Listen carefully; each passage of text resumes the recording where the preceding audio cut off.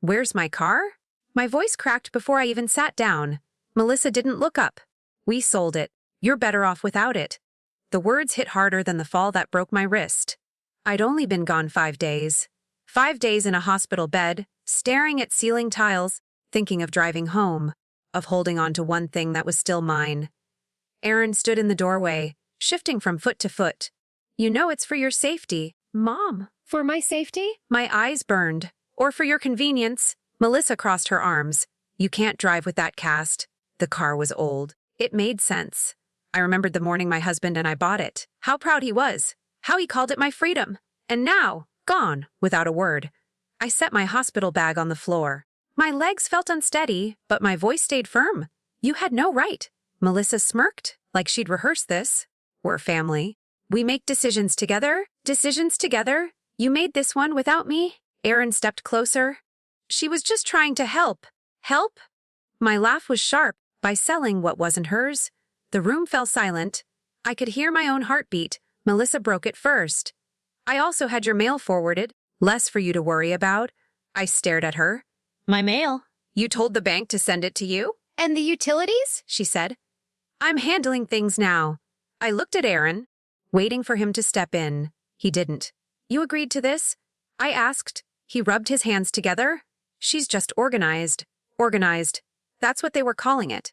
I thought of the papers locked away under my bed. The ones that said everything I owned was held in my trust. The title to that car included. Melissa poured herself coffee, perfectly calm. It's time to face reality, Clara. You can't do everything yourself anymore. Reality. I thought of the nights I'd stayed up with Aaron when he was sick as a boy, of the weekends I worked double shifts at the library to pay for his college. And now reality was being told I was no longer capable. No longer trusted. I swallowed hard. Did you at least get a good price? Melissa glanced at Aaron. Enough. It's done. I wanted to scream. Instead, I picked up my bag. My cast throbbed, but I welcomed the pain. It kept me steady. I need some air. Melissa's voice followed me. Don't go far. You don't have a car anymore. On the porch, the cold stung my face. I gripped the railing, willing myself not to cry where they could see. Not now. In the streetlight's glow, I saw my breath rise and fade, just like they thought my independence had. They believed this was the end of my control, but they didn't know about the trust, or the lawyer, or the quiet, deliberate way I'd been protecting myself for years. I turned back toward the house, the weight in my chest turning into something else, something sharper. Folks, what would you do if your own family decided you weren't fit to live your life? I woke up earlier than usual the next morning, the cast on my wrist reminding me where I'd been. The house was quiet. Too quiet for a place that was supposed to be home. I sat at the kitchen table, my fingers brushing over the worn edge, and my mind drifted back to another kitchen. Another time. It was 15 years ago, the spring after Aaron had finished college. My husband, Daniel, had been watching me juggle bus schedules and grocery bags for months. One Saturday, he walked in with that look he got when he'd already made up his mind. "Get your coat," he'd said. "Why?" I'd laughed, drying my hands on a dish towel. "We're buying you a car." I thought he was joking. We'd always been careful with money, saving for Aaron's tuition, fixing the roof ourselves. But that afternoon, we drove to a small dealership on the edge of town. The air smelled faintly of motor oil and fresh coffee. Daniel's hand rested lightly on the small of my back as we walked between rows of gleaming vehicles. When he stopped beside a silver Toyota Camry, I could tell he'd already decided. This one's safe, reliable. It'll take you wherever you want to go. I remember the way the sunlight caught the hood, the salesman's voice fading as Daniel looked at me, not the car. I don't want you waiting for anyone. Not for me, not for buses, not for rides. You deserve to go when you want, come home when you want. We signed the papers in less than an hour. Daniel held the keys out to me like they were more than metal and plastic. And they were. That Camry meant independence. It meant Sunday drives into the hills just because the leaves had turned. It meant visiting friends without checking timetables. It meant never having to ask. For years, it was part of my rhythm. Oil changes, gas station stops, the familiar squeak of the driver's door. Even after Daniel passed, I kept it in careful shape. I told myself it was for errands, for practicality. But deep down, it was because every time I slid behind the wheel, I could almost feel his hand steadying me. Now, sitting in this kitchen, that steadiness felt far away. Melissa's voice from yesterday still rang in my ears. We sold it? As if she'd given up something of hers. As if the years and the meaning could be erased with a signature. I took a breath, pushing back the ache in my chest. Losing the car wasn't just about transportation. It was about the life Daniel had insisted I keep living. And I wasn't about to let anyone take that from me. Not the car, not the trust, not the choices that were mine to make. The sound of footsteps in the hallway pulled me back to the present. Melissa appeared, her hair perfect, a mug of coffee in her hand as if nothing in the world had shifted. "You're up early?" she said, not looking at me long enough to see my face. "Aaron's already left for work." "I told him I'd check on you." I nodded but didn't answer. My eyes wandered past her, toward the small stack of envelopes on the counter. My name was nowhere on them, only hers and Aaron's. I recognized the bank's logo, the insurance company's letterhead. She had been busy. Melissa noticed my glance and casually slid the stack into a drawer. "Less clutter on the counter?" she said lightly. I've been keeping things organized. Organized, again with that word. I wondered how far her definition of organized extended. A quiet fear pressed at the edges of my mind, but it didn't take root. I had prepared for storms like this years ago. I rose from the table, cradling my wrist against my side. Walking through the living room, I saw the space where my bookshelf had stood, now replaced by a minimalist side table and a lamp that wasn't mine. A framed photo of Melissa with her parents sat in the center, smiling in a place they had never visited before. "You've been redecorating," I said, turning back toward her. "It's more open this way," she replied. "Fresher. You'll see, it's for the best." Her words were smooth, but they didn't hide the undercurrent of control. The car was gone, the mail was redirected, the furniture rearranged. Every change was another inch taken without asking. I walked to the front door and opened it just enough to let in the sharp morning air. My eyes traced the empty rectangle of driveway where the Camry had sat. In its place, the pavement looked bare, almost exposed. Melissa leaned against the doorway to the kitchen. "We'll figure out something new for you, maybe a ride service, or Aaron can drive you when needed." Needed. As if my movements, my choices, my independence could be reduced to a schedule she approved. I turned to face her fully. "Melissa, you need to understand something. I've managed my own life for a long time. I'm not about to stop now." As she smiled faintly, but her eyes flickered, just for a second. "Of course, I'm just making things easier." I let her words hang in the air. She didn't know how much I'd already secured, how carefully I'd built the walls that protected what mattered. She didn't know that in a locked box under my bed, moved now, but still very much mine, were the documents that made her assumptions powerless. As I closed the door, I felt the shift inside me. The loss of the car was not an ending. It was a line in the sand. And I knew, with absolute clarity, I would be the one deciding what happened next. It happened 3 days later, at the dining room table. Melissa had set out dinner, takeout, in containers that still sweated from the heat. Aaron sat at the far end, scrolling through his phone. I lowered myself into the chair at the middle, the one Daniel had always called my spot. Melissa glanced up. "Oh, Clara, could you sit over there?"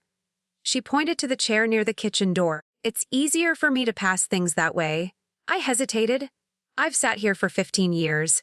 She smiled like she hadn't heard me. "Well, things change." I moved, because the fight wasn't worth it. Not yet. But the shift felt bigger than a chair. It felt like they were redrawing the map of my life one boundary at a time. Halfway through the meal, Melissa set down her fork and looked at me. Maybe it's time you thought about other arrangements. A place that's better suited for someone recovering. Smaller, quieter." Aaron's eyes stayed on his plate. "I have a place," I said. "This is my home," as she tilted her head as if pitying a child. "It's a lot to manage on your own. I've managed it for decades." "Sure," she said, her voice soft but her words sharp. "But you're not as young as you used to be." The air in the room seemed to thicken. I caught Aaron glancing at me, then back at his food. No one filled the silence, so Melissa went on. "We could look into senior apartments. They have shuttles, activities, it might be nice." I set down my glass carefully. "I'm not moving." Melissa shrugged. "Just think about it." Till she picked up her fork again, the conversation apparently over for her. But inside me, something locked into place. The car had been the first blow. But this was different. This was her telling me, plain as day, that she saw me as someone to be moved around like furniture. I pushed my plate back, appetite gone. "Excuse me," I said, standing. Melissa's tone was breezy. "Sure, rest up, Clara." In the hallway, out of their sight, I stopped and pressed my good hand against the wall. My heart was pounding, but not from hurt alone, from a rising certainty. They thought I was cornered. They thought I'd give in because it was easier, but I'd lived too many years holding my ground. Through Daniel's long illness, through raising Aaron on a librarian's salary, through losing friends and family to distance and time, I knew what it took to keep what was mine. Back in my room, I sat on the edge of the bed and looked toward the spot where my locked box had been. I'd moved it 2 nights ago, after Melissa's little organization spree. It was safe now, somewhere she wouldn't think to look. I lay back, staring at the ceiling. The lines of this fight were clearer than ever. They wanted control. I still had it, and I would keep it quietly until the moment came to show them exactly how much they had underestimated me. The public moment came sooner than I expected. Aaron suggested we all go to a casual dinner at a small place downtown.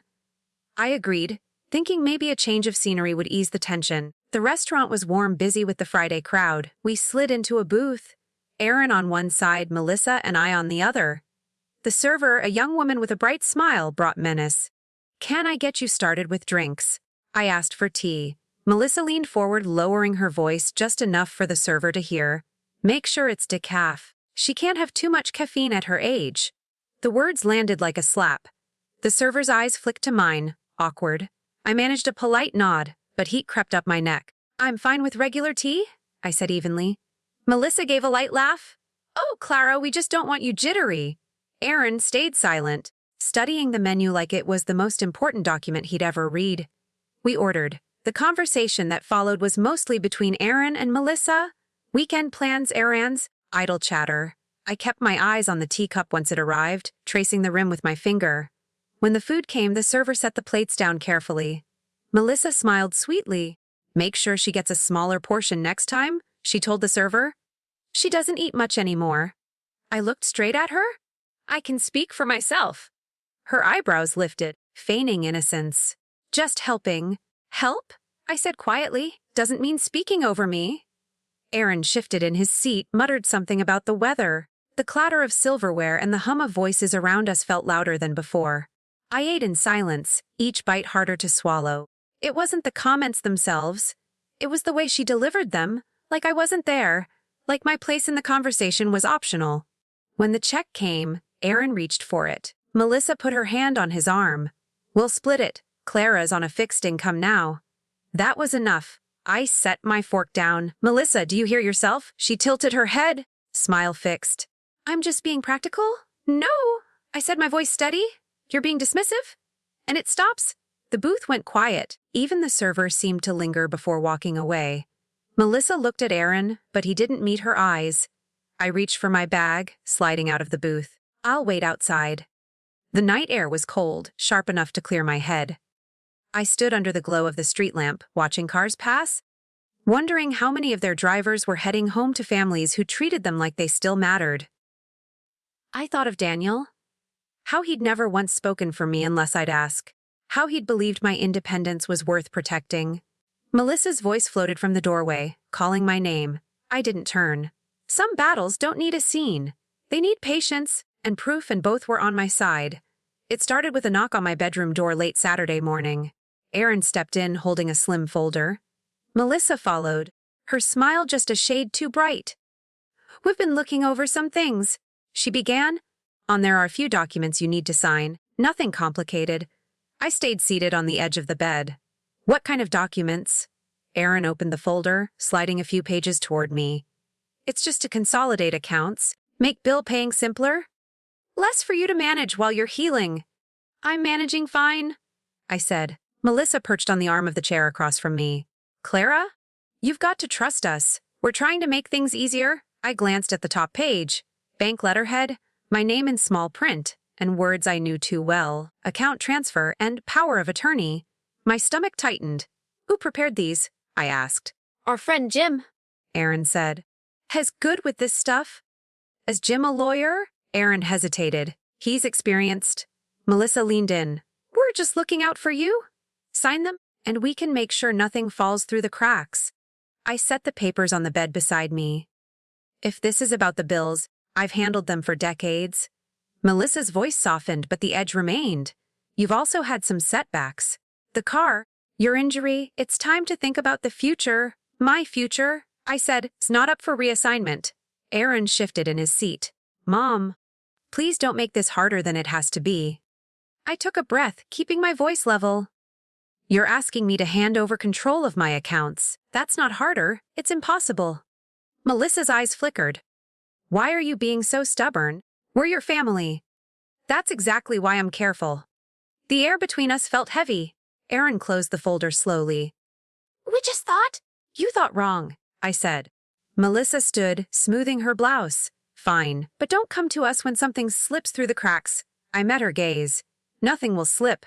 I know exactly where every dollar is and where it's staying. They left together, their voices low in the hallway. I sat for a long moment, the folder still on the bed. Finally, I opened the drawer of my nightstand and pulled out a small notepad. I wrote down the date, the request, and every word they'd said. Then I tore out the page and tucked it into the inner pocket of my purse. It wasn't just about refusing to sign. It was about creating a record, one I could hand to my lawyer if I ever needed to. From my window, I saw them in the driveway talking. Melissa's hands moved quickly as she spoke. Aaron's shoulders were tight. I couldn't hear them, but I didn't need to. They'd expected me to agree, maybe even be grateful. Instead, they'd learned I was still paying attention, and I had no intention of stopping. That afternoon, once the house settled into silence, I closed my bedroom door and pulled my laptop from the dresser drawer. The cast on my wrist made typing slow, but not impossible. I logged into my online banking, the familiar security questions giving me a small comfort, my maiden name, the street I grew up on. When the account summary loaded, I scanned the balances. At first glance, nothing seemed out of place. Then I clicked into the transaction history. There it was, 2 withdrawals I hadn't made, each just under the amount that would require an automatic alert. Both marked as authorized by joint party. I sat back, heart pounding. I was the sole owner of this account. There was no joint party. I checked the savings account next. Same story, a slow bleed, a few hundred here, a few hundred there. It wasn't about the amount yet. It was about the access. Someone had been inside my finances. Melissa's earlier confidence played back in my mind. The way she'd slid those papers toward me, certain I'd sign without reading. She wasn't guessing at what I had, she already knew. I opened my email and searched for any bank correspondence. Nothing in my inbox. Then I remembered. She'd redirected my mail. Paper statements were going to her house. If there were letters, they'd never reached me. Pulling open the small locked box at the back of my closet, I found the original trust documents, the car title, and the account ownership forms, all bearing my signature, all naming me as the sole trustee. My lawyer's card sat tucked between the pages. I traced the embossed letters of his name, breathing slowly until my pulse steadied. I closed the box and slid it into the bottom of my laundry basket under a layer of towels. Not elegant, but hidden enough for now. Down the hall, I heard the front door open and the rise of Melissa's voice. I shut my laptop and returned it to the drawer. When she knocked lightly on my door, I was sitting with a book open on my lap. "We're going to the store?" she said. "Need anything?" No, thank you. She lingered. Clara, I really hope you'll think about what we talked about this morning. It would make everyone's life easier. I'll think about it, I said, my voice even. And I would think about it, just not in the way she hoped. After she left, I pulled out the notepad again and wrote down the suspicious withdrawals, including dates and amounts. I underlined the words "no joint owner" twice. Then I added one more note, Cal Bennett Monday. I sat there, staring at the page. It was proof, small but solid, that Melissa's reach had already crossed a line. And if she'd gone this far without hesitation, I could only imagine what she'd attempt next. But she had made one critical mistake. She assumed I wouldn't notice, that I wouldn't connect the missing car, the redirected mail, and the missing funds. She thought I was slow, distracted by injury and age. She didn't realize I was already building my own file. And when the time came, it would speak louder than I ever could. By the next week, the house felt different. Not in how it looked, but in how it sounded. The phone in the hallway used to ring at least once a day. A neighbor checking in, someone from the library reminding me about a book club meeting. Now, nothing. The silence was so complete that I picked up the receiver to make sure it still had a dial tone. It did. At lunch, I asked Aaron if anyone had called. He shook his head without looking up from his plate. Melissa answered instead. I told people you needed rest. They can reach us if it's important. You told people? I asked. Of course, she said. You've been through a lot. You don't need the stress of constant calls. They weren't constant? I said quietly. Melissa smiled, but it didn't reach her eyes. Sometimes you don't know what's best for you until someone helps you see it. Later that afternoon, I decided to walk to the corner store, cast and all. The air was cold, but the movement felt good. I made it halfway before a familiar voice called my name. It was Janice, my neighbor from across the street. She hurried over, coat unbuttoned, cheeks pink from the wind. Clara, I've been trying to call you all week. Your line just keeps ringing. I told her what Melissa had said about the phone. Janice frowned. Funny, I also tried your cell, straight to voicemail. I hadn't heard it ring once. She lowered her voice. You okay? I wanted to say yes, but the truth pressed at my ribs. Things are different. Janice hesitated, then reached into her bag. Here, she said, handing me a slip of paper. My cell number. If you need anything, call me from somewhere else. I'll pick up. I slid the paper into my coat pocket like it was something fragile. Back at the house, Melissa was in the kitchen. You went out, she asked, glancing at my empty hands. Just for some air, I said. Her gaze moved to my coat pocket, then back to my face. Next time, tell me. We worry. I gave her a small smile that revealed nothing. I'll keep that in mind. That evening, I sat in my room, the slip of paper on my nightstand beside the notepad where I'd been keeping my records. The two items looked out of place together, one a lifeline, the other a ledger of every quiet step they'd taken to shrink my world. The pattern was clear now. It wasn't just about the car or the bank accounts. It was about cutting me off from anything that reminded me I still had choices, limiting my calls, redirecting my mail, controlling when and how I could leave the house. I picked up Janice's number and tucked it into the small wallet I kept hidden in my dresser. One connection, one person who still knew how to reach me, could make all the difference. If Melissa and Aaron thought isolation would make me dependent, they were wrong. It was making me sharper, more patient, and patience, I knew, was one of the most dangerous tools a person could have when waiting for the right moment. Sunday afternoon, Melissa announced we were going to her sister's for dinner. It'll be good for you to get out, she said like I was a child who needed fresh air. I agreed without fuss. Sometimes it's easier to let the current take you, especially when you're watching where it flows.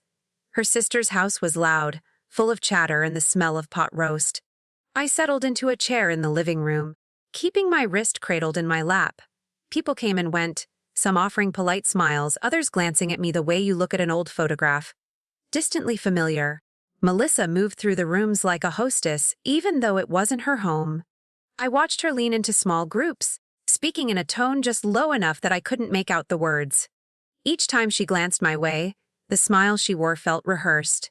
During dinner, I reached for the bread basket. Melissa slid it away, passing it to someone else.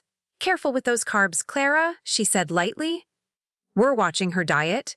A few heads turned, then quickly looked back down at their plates. Aaron cleared his throat but didn't speak. I kept my eyes on the roast, cutting a piece with deliberate care. Let her think the comment slid past me.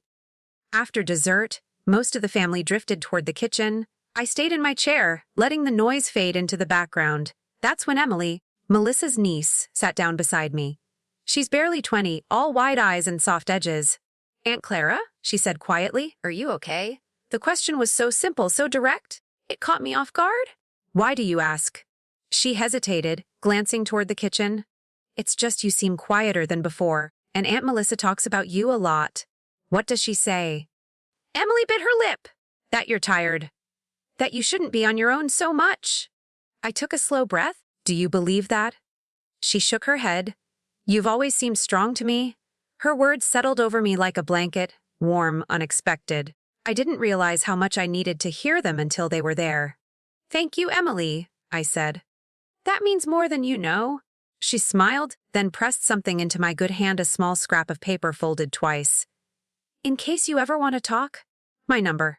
Don't let her see. I slipped it into my sleeve without looking at it. You're a good kid. When it was time to leave, Melissa called for me from the doorway. I stood slowly, meeting Emily's gaze one more time before following Aaron outside. The drive home was filled with Melissa's chatter about the evening, how lovely it had been, how everyone had enjoyed themselves. I let her talk, my eyes on the dark road ahead. Back in my room, I unfolded the scrap of paper and added it to my growing collection Janice's number. My notes on the bank withdrawals, dates of conversations, every small piece of the puzzle. Melissa thought she was closing doors. She didn't see the windows opening behind her, and in those quiet openings, I could already feel the shape of my next move forming. Steady, silent, and impossible to stop when the time came. It was Melissa's idea to host the party. A little celebration for Aaron's promotion, she said, her voice all brightness. I knew better. She liked gatherings because they were stages, and she knew how to work an audience. The living room filled quickly that Saturday night. Co-workers, neighbors, her side of the family. I recognized only a handful of faces. My spot was at the far end of the couch, where the lighting was dim and the chatter faded into a low hum. Melissa moved from group to group, her laughter carrying over the music. I could feel eyes glance toward me, then away. I was the old fixture in the corner, present but not part of the show. Halfway through, Melissa clinked her glass for attention. Everyone, she called out, "Can I get your help with something?" People quieted, curious. Clara's been such a trooper these past few weeks. She's even been helping me with little things around the house. There was polite applause. I smiled faintly, unsure where this was going. She gestured toward the kitchen. "Clara, would you mind topping up the ice? The bucket's just about empty." It was a small request, but the way she said it, light breezy as if I were staff, sent a flush up my neck. A few people exchanged glances. I rose slowly, my cast awkward against my side, and walked to the kitchen. The ice bag was on the highest shelf of the freezer. I reached up, the movement straining my wrist. As I struggled, 2 guests came in for drinks, brushing past me like I was invisible. I managed to get the bag down, filled the bucket, and returned to the living room. Melissa beamed. See? Still useful? Laughter rippled through the room, some of it uneasy, some of it genuine. Aaron chuckled softly, not meeting my eyes. I set the bucket on the side table and sat back down. My heart thudded, not from the effort, but from the sting. Daniel would have never allowed it. He'd have shut it down with a word. But Daniel wasn't here, and Melissa was counting on that. For the next hour, I listened to her tell stories, some true, some twisted, about how I'd been slowing down, how she'd taken over the bills to relieve my burden. Each tale was met with sympathetic murmurs, nods that said they saw me as less than before. Then came the moment. A neighbor asked about the Camry. Melissa waved a dismissive hand. "Oh, that old thing. We sold it. Clara didn't need it anymore." I sipped my water, then set the glass down. "Actually," I said, my voice carrying just enough, "that car was in my trust. You can't sell what you don't own." The room quieted. Melissa's smile froze. Aaron looked up sharply. I let the silence sit for a heartbeat before continuing. "But I'm glad it's gone. Makes room for something better." It wasn't a threat, not exactly. But it was enough to put a crack in the image she'd been painting all night. A few guests looked at me differently, not with pity, but with a flicker of curiosity. Melissa recovered quickly, steering the conversation back to Aaron's promotion. But I caught the tightness in her posture, the way her laughter didn't quite reach her eyes for the rest of the evening. From my corner of the couch, I watched her work to regain control of the room. And I knew that small moment, barely a handful of words, had shifted something. Not enough to end this game, but enough to remind her, and me, that I still knew how to play. As the evening wore on, people drifted into smaller clusters. Some hovered near the snack table, others claimed spots by the fireplace. I stayed in my corner, sipping slowly, watching the way Melissa's eyes kept flicking toward me. She was smiling at her guests, but her attention was split. That alone was worth the earlier discomfort. A woman I didn't know approached. "You're Aaron's mother, right? I've heard so much about you." Her tone was warm, but there was a trace of something else. Curiosity sharpened by the gossip Melissa had likely fed her. I nodded. "All good things, I hope?" She hesitated. "Mostly," she said, then looked a little embarrassed. "She says you've been taking it easy lately." Taking it easy. That was one way to frame being sidelined. I smiled politely. "I've been observing more. It's amazing what you notice when you're not rushing around." Her eyes lit with interest, but before she could ask more, Melissa appeared at her side. "Clara, dear, Why don't you help in the kitchen? We're running low on glasses. The other woman excused herself quickly, clearly not wanting to be caught between us. I stood, slow and steady, and followed Melissa toward the kitchen. Inside, the counter was already stacked with clean glasses ready to be set out. I looked at them, then at her. Seems you're not low after all. She gave a light shrug. Maybe I just wanted you to mingle? You mean disappear? Her smile thinned. Careful, Clara. This is Aaron's night. I picked up one glass, holding it to the light as though checking for spots. Then perhaps you should focus on celebrating him instead of managing me? She didn't answer. Footsteps approached, and Aaron stuck his head in. Everything okay? Perfect, I said before Melissa could speak. We were just discussing how proud you must be tonight. He smiled, relieved, and left. Melissa turned back to me. You're enjoying this? She said under her breath. I set the glass down with a soft click. Enjoying?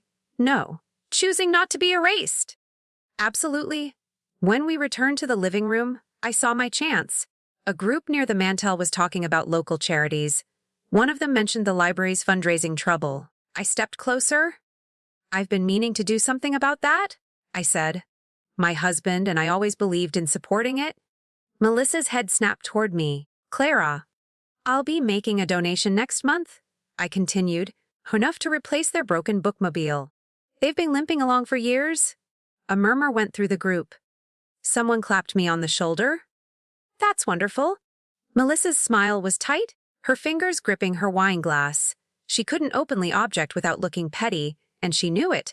It was a small move, but it planted a seed. I wasn't someone being managed into quiet corners. I was still capable of acting, deciding, and influencing my community, and Melissa couldn't stop it in front of witnesses. As the last guests began to leave, Melissa busied herself with coats and goodbyes. Aaron hugged me, murmuring, "Thanks for being here, Mom." He didn't see the way Melissa's jaw clenched when I answered. Wouldn't have missed it. Back in my room, I added a new page to my notes: tonight's remarks, the attempted errands, and the bookmobile pledge. Every line in that notebook was another thread in the net I was weaving. One that would close when I chose, not when she expected. Melissa wanted me small, but every time she tried, I found a way to stand taller. And tonight, half the room had seen it. The first proof came from a place I hadn't expected, my own medical file.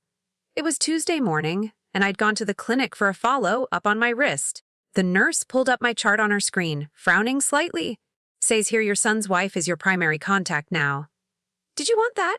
I stared at the screen. No, it should list me. Or my son, if anything. She tilted her head. It's been changed, looks like last month. Also says she's your financial caregiver for medical billing. The words sat heavy between us. Who authorized that? The nurse shook her head. It would require a signed form, but sometimes families drop them off. I thanked her and finished the appointment, my mind already moving in sharper lines. By the time I walked out into the crisp air, I knew what I had to do. Back at home, I waited until Melissa left for her afternoon errands. Aaron was at work. I took the small key from my wallet and unlocked the desk drawer where I kept my laptop. My hand trembled, not from weakness, but from the electric hum of focus. I logged into my insurance account first. Sure enough, the billing address had been changed to theirs. I printed the page and slid it into a manila folder. Next, I checked the online banking again. No new withdrawals, but the mailing address there matched the insurance change. They were consolidating control, subtly, one form at a time. I picked up the phone and called the branch manager at my bank, someone I'd known for years. "This is Clara Rosenthal," I said. "I need to confirm the authorized contacts on my accounts." She read the list, my name only. "No Aaron. No Melissa." "Good," I said. "And if someone tried to add themselves, would need you here in person with ID to approve it," she replied. "Has someone tried?" I hesitated. "Not yet, but I think they're preparing to." When we hung up, I opened the folder and began writing date, clinic visit, address changes, names of anyone I spoke to. Each line was a brick in the wall I was building. At 4 o'clock, I heard the car in the driveway. I tucked the folder back into the desk drawer, locked it, and returned to the kitchen just as Melissa came in with shopping bags. "How was your day?" she asked. "Quiet," I said, pouring tea into my cup. She smiled. "Good. You need quiet?" I met her eyes over the rim of my cup. Sometimes, other times I need to know exactly what's happening in my name. Her smile faltered, just slightly. What's that supposed to mean? Just thinking out loud. She carried the bags to the counter, but I saw the stiffness in her shoulders. She knew I'd noticed something. Maybe not exactly what, but enough to make her wary. That night in bed, I replayed the nurse's question. Did I want Melissa listed as my primary contact? No, but she'd taken the seat without asking. And now I had more than suspicion. I had documentation. It wasn't enough to confront her yet. I needed more, and the more I gathered quietly, the harder it would be for her to wriggle free when the truth came out. 2 mornings later, I left the house before either of them was awake. The November air was sharp enough to make my eyes water as I walked down the street to where Janice had agreed to pick me up. She pulled up in her old sedan, the passenger door squeaking when I climbed in.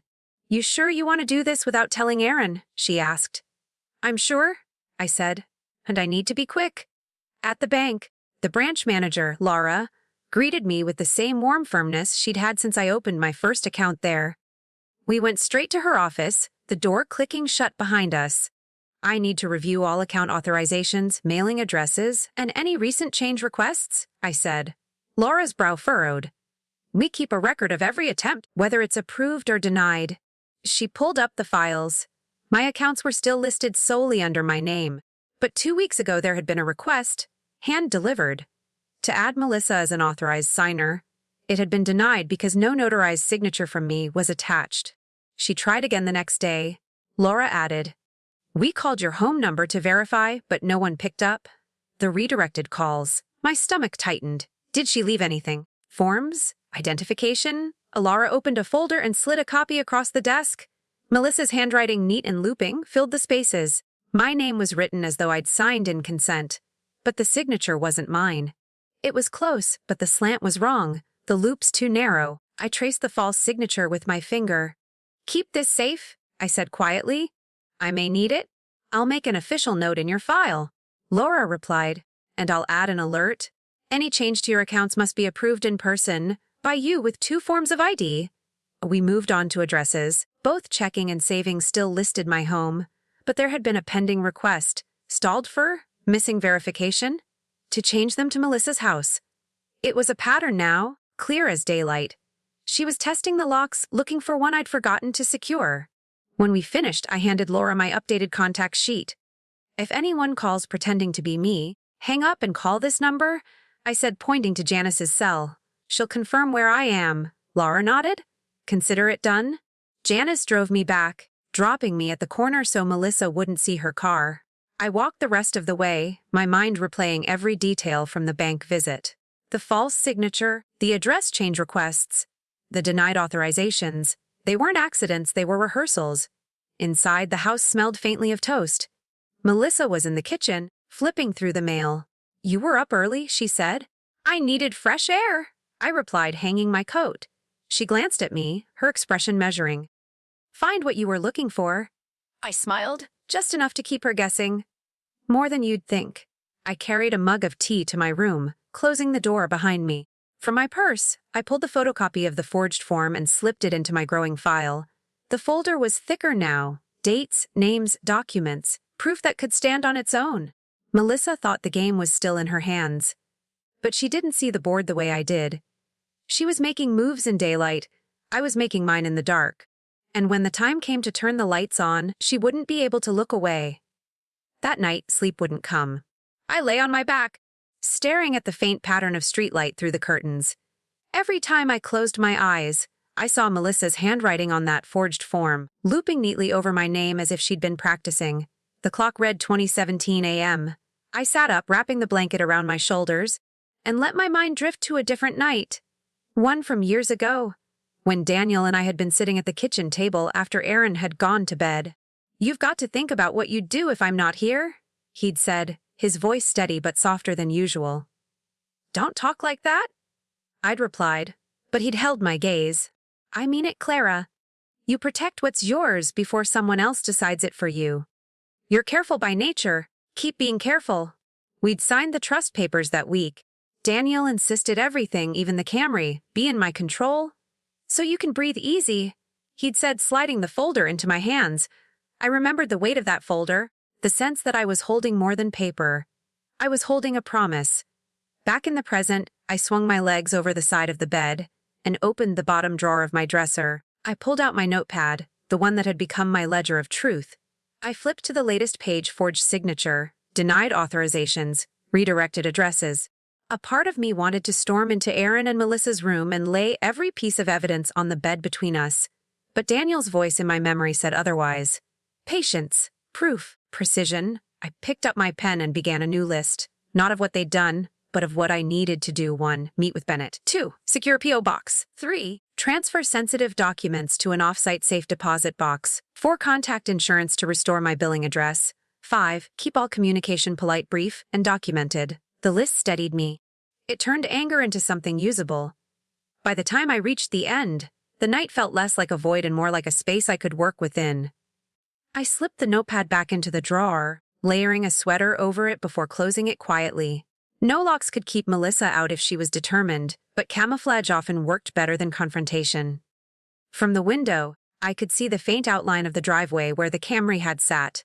I thought of how it had carried me to the library, to Daniel's appointments, to Sunday markets.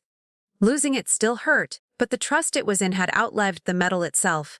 That was the lesson Daniel had left me. Things can be taken, but the structure you build to protect yourself can't be touched if it's built right.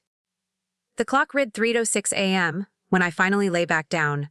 I wasn't expecting rest, but I felt a calmness settle over me. I had work to do, and I'd start in the morning quietly without tipping my hand. In this house, Melissa thought the darkness was hers to fill, but I was learning to see better in it than she ever could.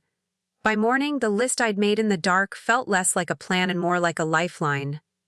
Melissa left early for errands. Aaron was already at work. I ate breakfast slowly, listening to the hum of the refrigerator, then went to my room and retrieved the notepad. One step at a time, I told myself. First, the P.O. box, I called Janice, keeping my voice low. Can you give me a ride to the post office? She didn't ask why. 10 minutes. The post office clerk didn't blink when I filled out the form with my ID and proof of residence. Box 418 was mine within 15 minutes. The small brass key felt heavier than it should have. I slipped it into my wallet, where Melissa would never think to look. Next, I walked 2 blocks to the insurance office. The receptionist smiled. How can I help you? I need my billing address corrected, I said. It's been changed without my authorization. She tapped at her keyboard. Yes. It lists another address. We'll restore it now and add a verification hold. No one can change it without you here in person. Thank you, I said, signing the form. Another thread tied down. By noon, Janice dropped me back at the corner. I walked the rest of the way home, stopping at the small hardware store for a lockable file box. Melissa thought I kept my documents in the closet safe she'd probably already tried to open. This new box would go somewhere she'd never check, under the false bottom of an old storage trunk in the attic. When I got home, Melissa was in the kitchen unpacking groceries. For a walk? She asked. Yes, I said, placing a small bag of tea on the counter. Pick this up. She glanced at it uninterested. We'll have to sit down soon and talk about your bills, she said as if it were a casual suggestion. I smiled faintly. We will. After lunch, I carried a load of linens up to the attic and tucked the new file box into the trunk. Inside went my notepad, the photocopy of the forged form, the trust documents, and the key to the P.O. box. I locked it and slid the blanket back over the top. The attic smelled of cedar and dust, a scent from before Melissa ever set foot in this house. By late afternoon, I was at my desk writing a short letter to Bennett. I kept it factual, dates, documents, the pattern of interference. No emotion, no accusations. Just a clear record that I'd taken the first steps to protect myself. I sealed it in an envelope addressed to his office, planning to drop it at my new P.O. box tomorrow. Melissa knocked on my door just before dinner. We're eating in 20 minutes, she said. Her eyes scanned the room, the way they always did. Being busy today? Tidying up, I replied. She lingered a second longer, then left. I watched her go, the sound of her footsteps fading down the hall. She didn't know about the key in my wallet, the locked box in the attic, or the new address where my mail would land out of her reach. That night, I sat in bed and checked the list again. 2 items done, 3 to go. Each checkmark was small, but together they formed a path out of the quiet trap she'd been building around me. Melissa thought control was about taking things away. I knew better now.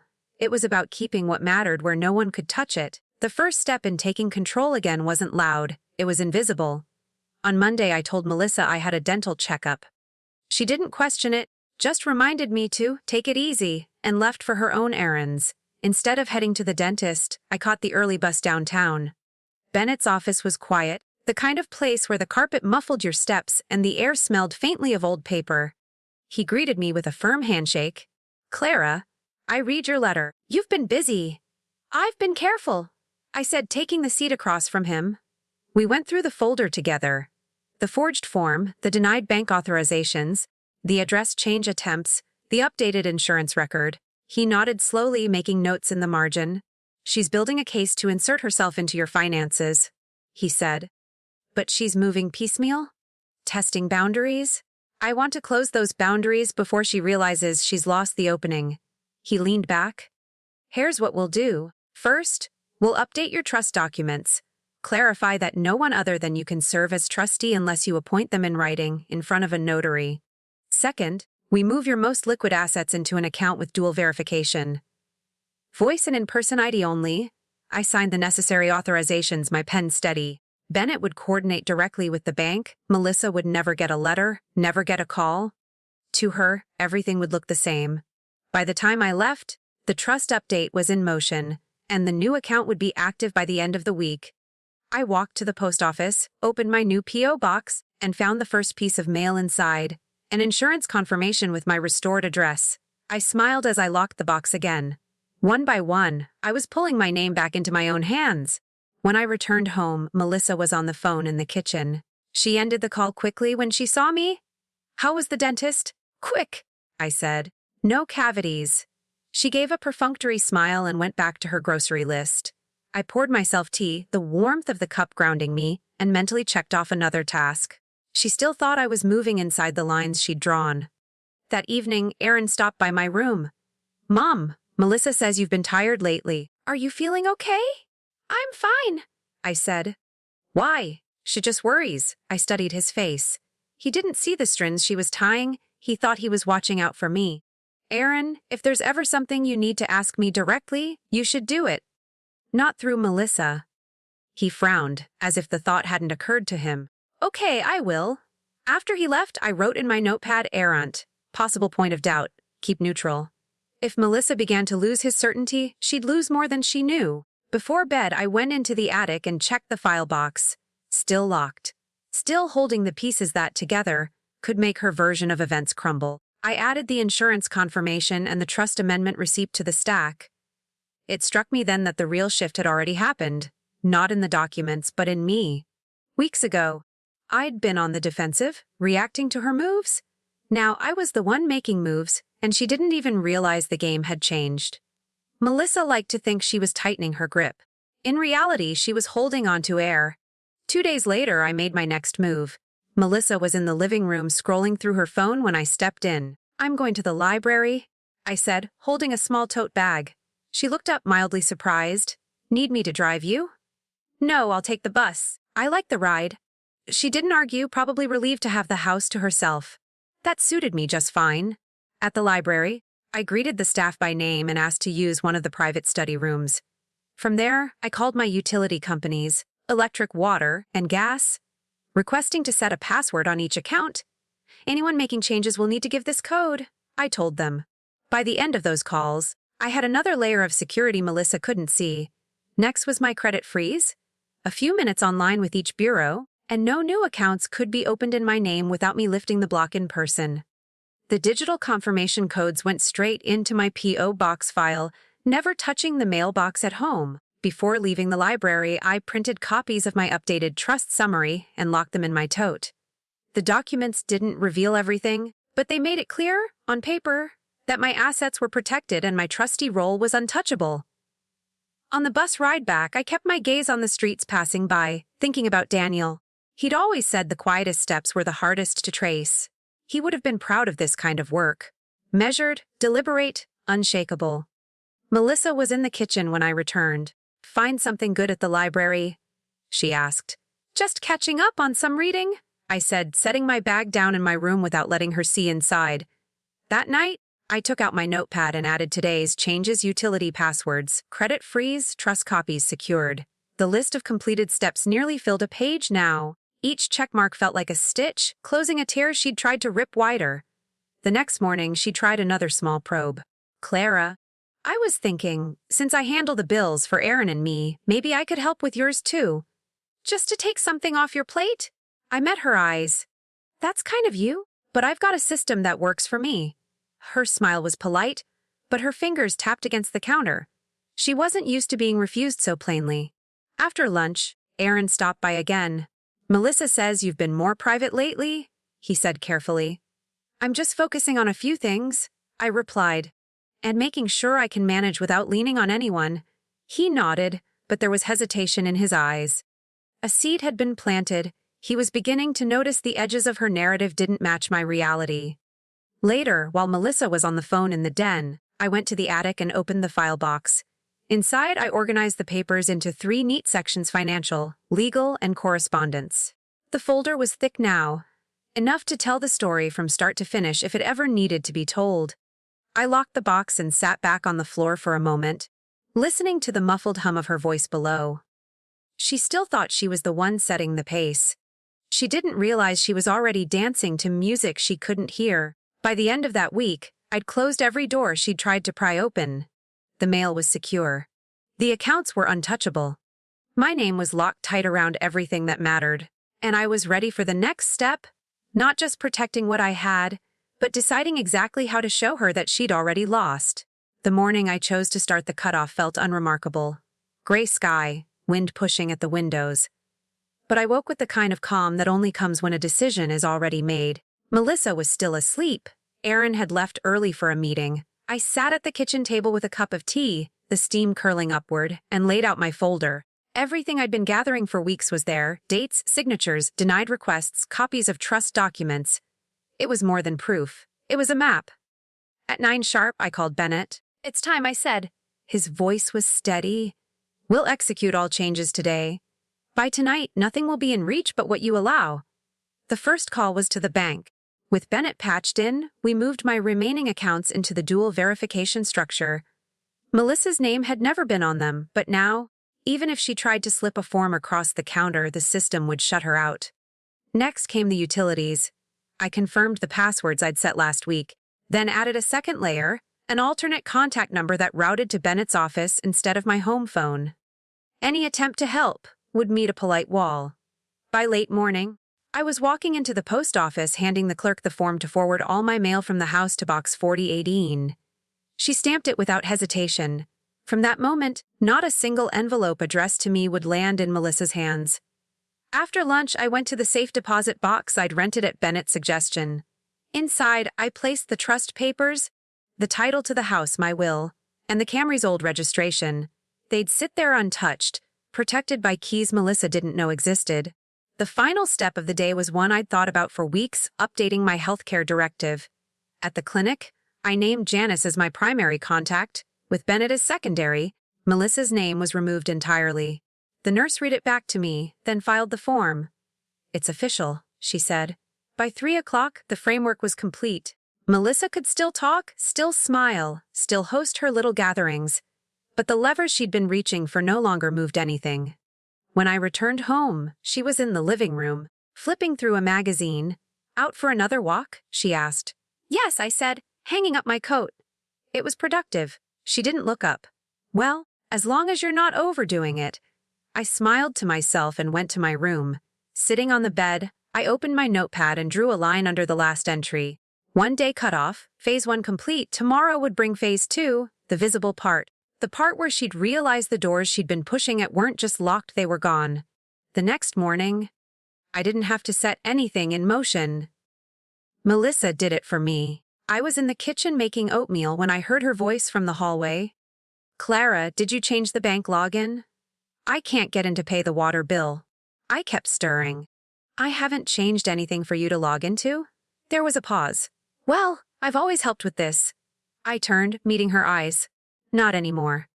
She blinked, as if she'd misheard me. Excuse me, the accounts are under my control. Always have been? Always will be? Her cheeks flushed. Aaron's going to want to know why you're making things so difficult. Then he should ask me directly. She muttered something under her breath and disappeared into the den. I heard the muffled sound of her phone dialing. 10 minutes later, she came back, voice tight. The bank says I'm not authorized. They won't even tell me the balance. That's correct, I said, taking a sip of tea. By mid-morning, she tried again, this time with the utility company. I heard her spelling my last name over the phone, then her tone sharpened. What do you mean there's a password? I'm her daughter-in-law. A beat of silence, then, no, I don't have it. When she hung up, she stalked into the kitchen. Why are you doing this? You're making everything harder for me? I'm making it simple, I said. I manage my life. You manage yours? She stared at me as if waiting for me to take it back. I didn't. In the afternoon, the first redirected mail arrived at my P.O. box, a bank statement, an insurance confirmation, and a letter from the library about the bookmobile fund. Standing there with the brass key in my hand, I felt the clean edge of satisfaction. Everything was where it should be. Out of her reach. When I returned home, she was waiting in the foyer. Aaron's upset, she said flatly. He thinks you don't trust us. I set my bag down. Trust is earned. So is access. You're pushing him away. I almost laughed at the irony. No, Melissa, I'm drawing the line where it should have been all along. Her lips pressed into a thin line. She stepped aside, letting me pass, but her silence was heavier than any words. Up in my room, I added today's events to my notepad. Bank access attempt denied.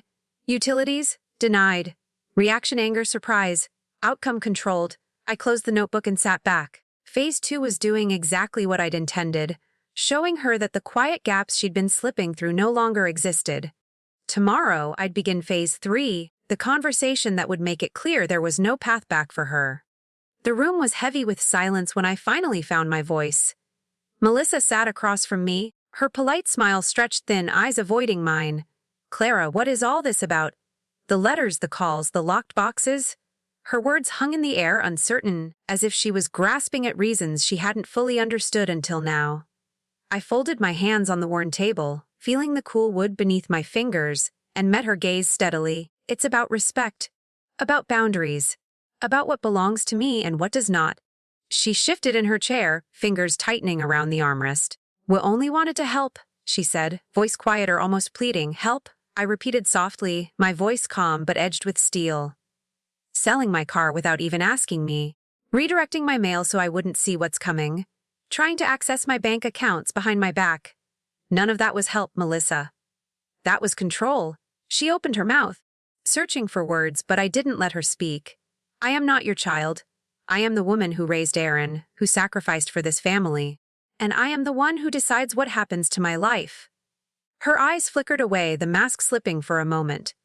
You're making this difficult? I shook my head, slow and deliberate. No, Melissa, I'm making it clear. The control you thought you had, it's gone. I've taken it back. Quietly, carefully, but with absolute certainty. A long, tense pause filled the space between us. The kind of silence that carries weight, that says more than any argument. You can't do this. She finally whispered, voice trembling. I already have. I said, my voice steady as a river's current. Rising from my chair, the H in my wrist a dull reminder of my strength. I felt years of silence and compromise lifting from my shoulders. This is the final chapter in the story you tried to write for me. Melissa's eyes, glossy now, held fear, maybe regret, or the dawning realization she had gravely underestimated the quiet resilience within me. I turned and walked toward the door, the air thick with all the things unsaid between us. My steps slow but sure, each one a testament to the years of endurance beneath the surface. Outside the door, I paused and took a deep breath. The weight of what had been lost and what was being reclaimed settled over me. Justice doesn't always roar. Sometimes it whispers quietly in moments like this, and when it does, it is unstoppable. For a moment, I allowed myself to feel the exhaustion, the pain of betrayal, the ache of being misunderstood, but beneath it all was something stronger, a quiet flame that refused to be snuffed out. Folks, what would you do if your own family tried to erase you? Would you fight back quietly, gathering strength and proof? Or would you turn away and let them rewrite your story? The choice is ours. And sometimes, the quietest fight is the most powerful. The day after our conversation, the house felt different. Melissa didn't hover in the kitchen or linger in the hallway like she usually did. Her footsteps were quick, her eyes fixed anywhere but on me. At breakfast, she set her coffee cup down with more force than necessary, the ceramic clinking against the counter. Aaron glanced between us, sensing the shift, but said nothing. I ate slowly, the rhythm of the spoon against the bowl steadying me. Inside, I felt a quiet release, like a cord that had been drawn too tight for too long had finally been cut. My body still carried the tension, but my mind had space again. By mid-morning, Melissa had retreated to the den with her phone. I heard her low voice through the door, quick bursts of frustration. I didn't need to hear the words to know she was recalibrating, trying to figure out how to operate without the access she'd once taken for granted. Aaron stopped by my room later. "Mom," he said, leaning against the doorframe, "Melissa told me about your changes." I looked up from the book in my lap. "They're not changes, Aaron. They're corrections." He shifted uncomfortably. "She says you don't trust us." "I trust you to be my son," I said, "but I also trust myself to protect what's mine." He didn't argue, but his eyes told me he was caught between us. I didn't press him. Seeds take time to grow. That afternoon, I walked to my P.O. box.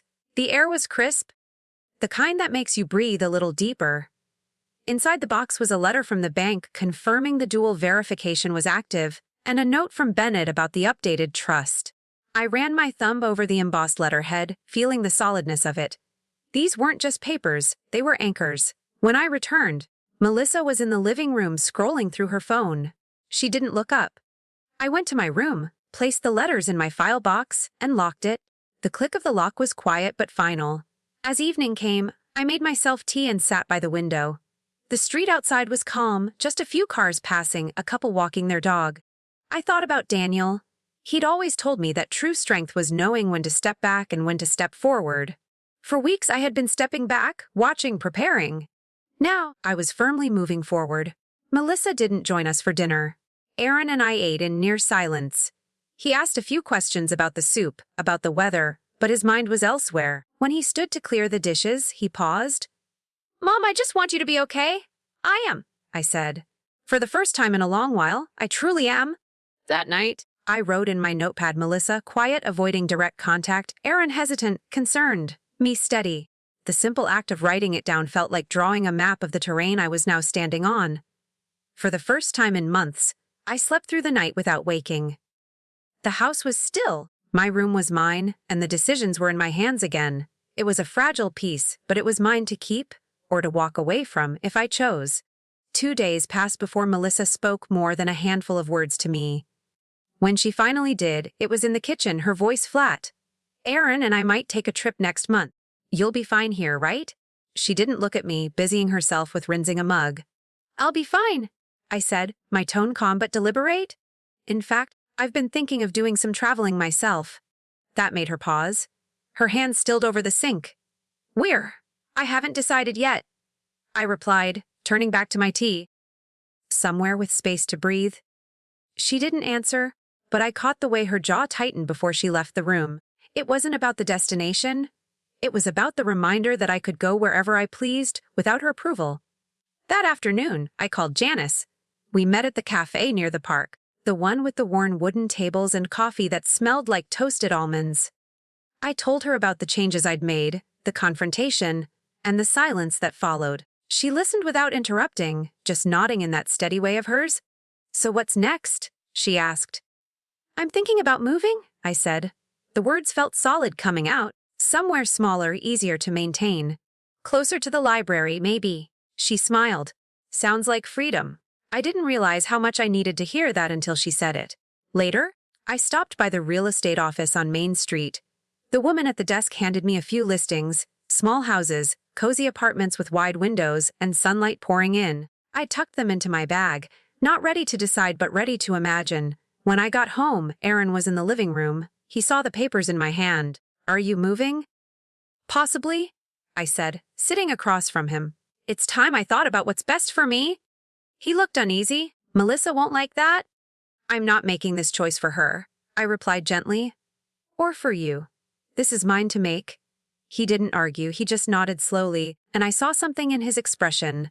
A small flicker of respect, maybe understanding. That night I spread the listings out on my bed. I didn't feel rushed. Each address was a door, and I could choose which one to open. For months, my life had felt like a series of narrow hallways, each one closing in. Now, it felt like standing in a field with paths stretching in every direction. Before turning off the light, I opened my notepad and wrote options, real and mine. The words looked simple on the page, but they carried the weight of everything I'd been working toward. In the quiet of the house, I could hear Melissa moving around in the kitchen, her steps measured, her presence smaller than before. Aaron's voice drifted from down the hall, low and tired. I closed my eyes and let the sounds fade. This wasn't the end of the story, but it was the moment I knew the ending would belong to me. Not to Melissa, not to anyone else. And for the first time in years, that thought didn't just comfort me. It set me free. The keys to my new place felt cool and solid in my hand. It was a small house on the edge of town, just 3 blocks from the library. White siding, a front porch wide enough for a chair and a potted plant, and windows that caught the morning sun. The first time I stepped inside, the air smelled faintly of fresh paint and possibility. Janice helped me move the essentials. A bed, a table, a few boxes of books, my file box, everything else I left behind.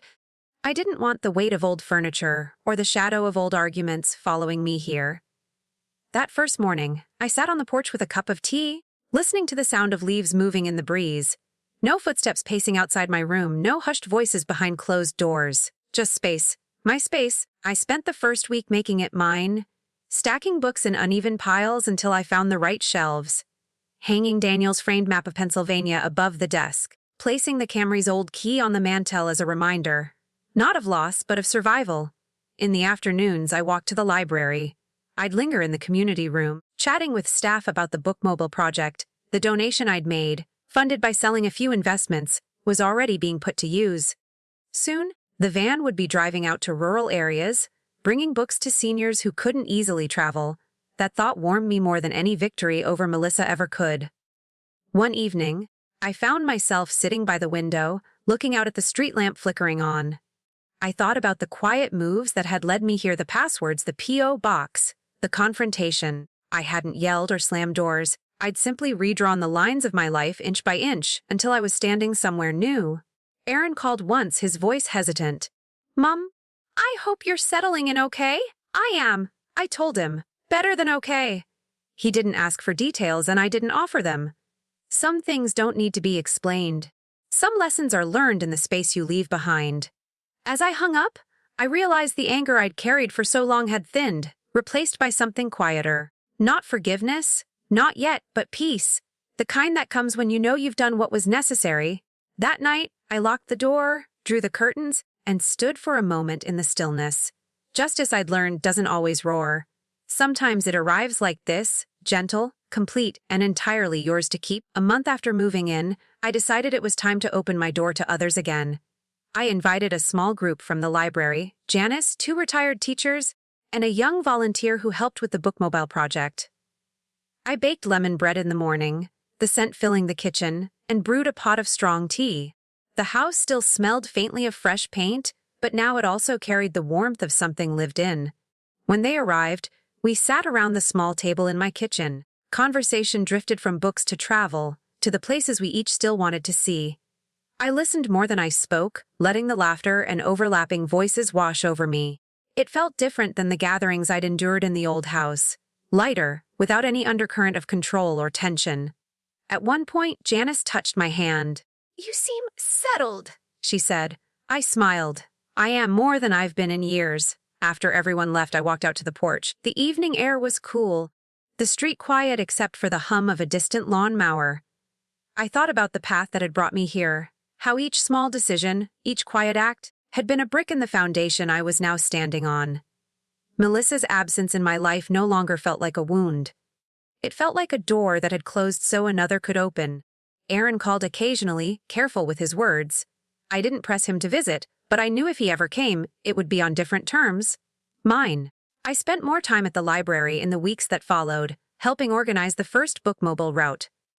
The project was on schedule, and the van's shelves were already filling with donated books. Knowing I had a hand in that felt like planting something that would keep growing long after me. One Saturday, as I watched the van pull out of the lot for its trial run, I felt a quiet pride. My life had been narrowed once, almost to the point of erasure. But here I was, visible again, useful, building something that mattered.